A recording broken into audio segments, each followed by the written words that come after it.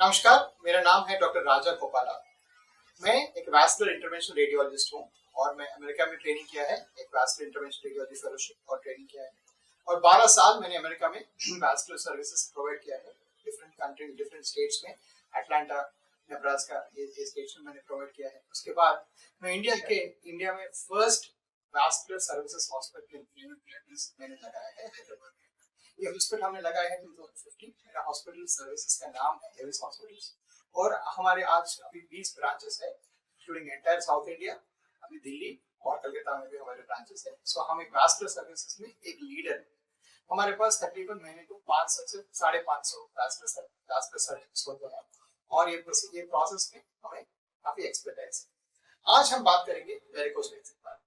Varicose veins एक problem है जहाँ हमारे बॉडी में दो टाइप्स वेन्स होते हैं। थोड़े तो स्किन के नीचे या चमड़ी के पास होते हैं, उनको हम सुपरफिशियल वेन कहलाते हैं, और थोड़े जो अंदर होते हैं वो हम डीप वेन।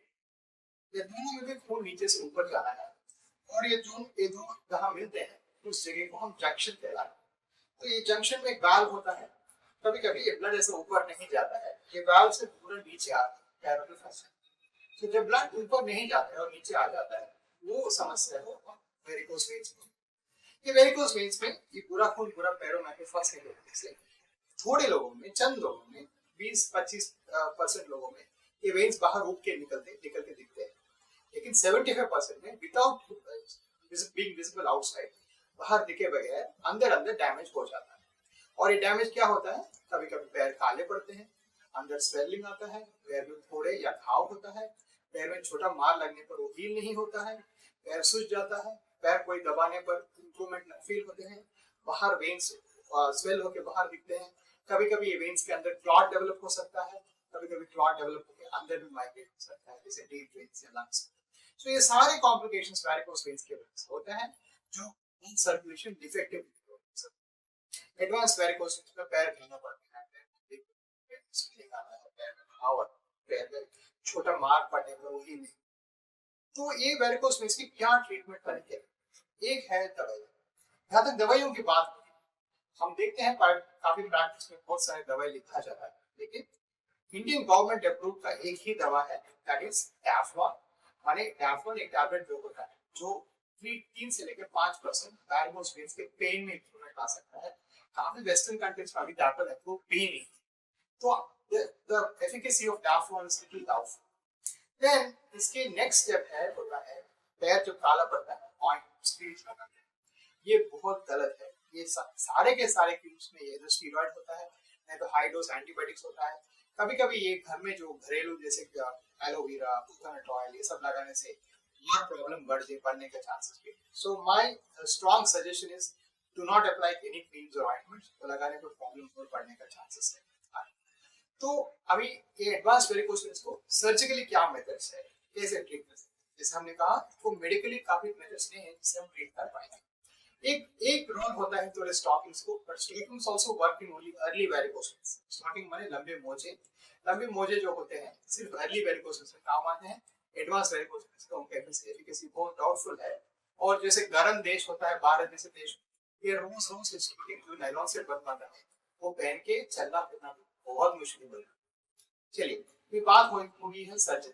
अगर सर्जरी करना चाहे, फिर इसमें दो किस्म के सर्जरी होते हैं, जहां एक हम काट के ये वेन्स निकालते हैं। दो आर ओपन प्रोसीजर्स। ये ओपन सर्जरी या stripping operation, stripping and ligation, काफी नाम होंगे।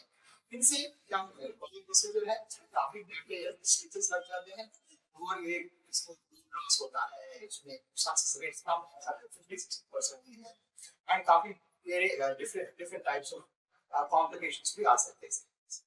तो अभी क्या है, सारा वैस्कुलर सर्जरी यही नहीं, but 90% of vascular surgery has moved to the concept of endovascular first।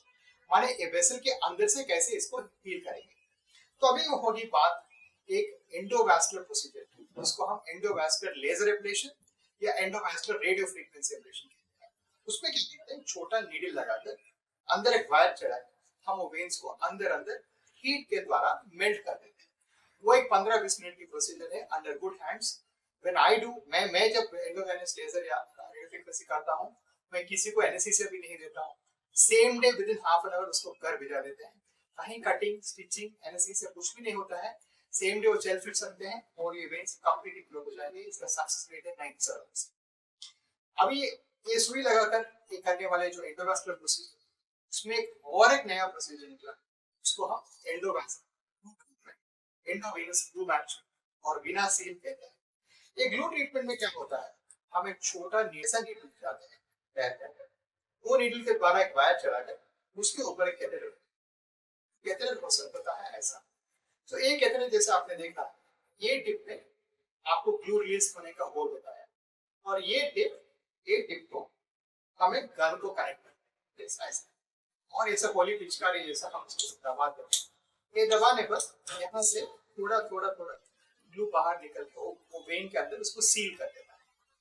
Literally the entire cut on the body is the hole created by the small needle। बस इसी के द्वारा सारा के सारा almost 100 सेंटीमीटर वेन हम इसके द्वारा ट्रीट कर पाएंगे, इसके द्वारा। So ऐसा करने पर you can go home same day, virtually same within 15 minutes of the procedure, no cutting, no stitching। और अगर पेशेंट अर्ली स्टेज में ग्लू ट्रीटमेंट पाया है तो उसको कोई स्टॉकिंग या 4 लेयर बैंडेज किसी की भी जरूरत नहीं पड़ता है, सेम डे से काम कर सकते हैं। तो ये है the latest treatments of varicose veins and the glue will be the most modern and latest procedure। Needless to say हम इंडिया में maximum number of varicose veins process करते हैं, तो glue में भी हम अग्रगामी है, लीडर है, highest number of glue procedures will be used in India। हमारे 20 ब्रांचेस है कलकत्ता में, दिल्ली में, सब जगह है। तो if you have any further questions हमारे वेबसाइट आके आप चैट कर सकते हैं। हमारे पास ये सारे लैंग्वेजेस जो बात करते हैं पॉसिबल, आप किससे भी बात करें। Beat about blue, beat about varicose veins, beat about venous ulcers, पैर में अगर घाव पड़ जाए उसके बारे में, किसके बारे में आपको कोई शक, कोई सवाल, आप हमेशा आपको कॉल कर सकते हैं। नमस्कार, मेरा नाम है राजा।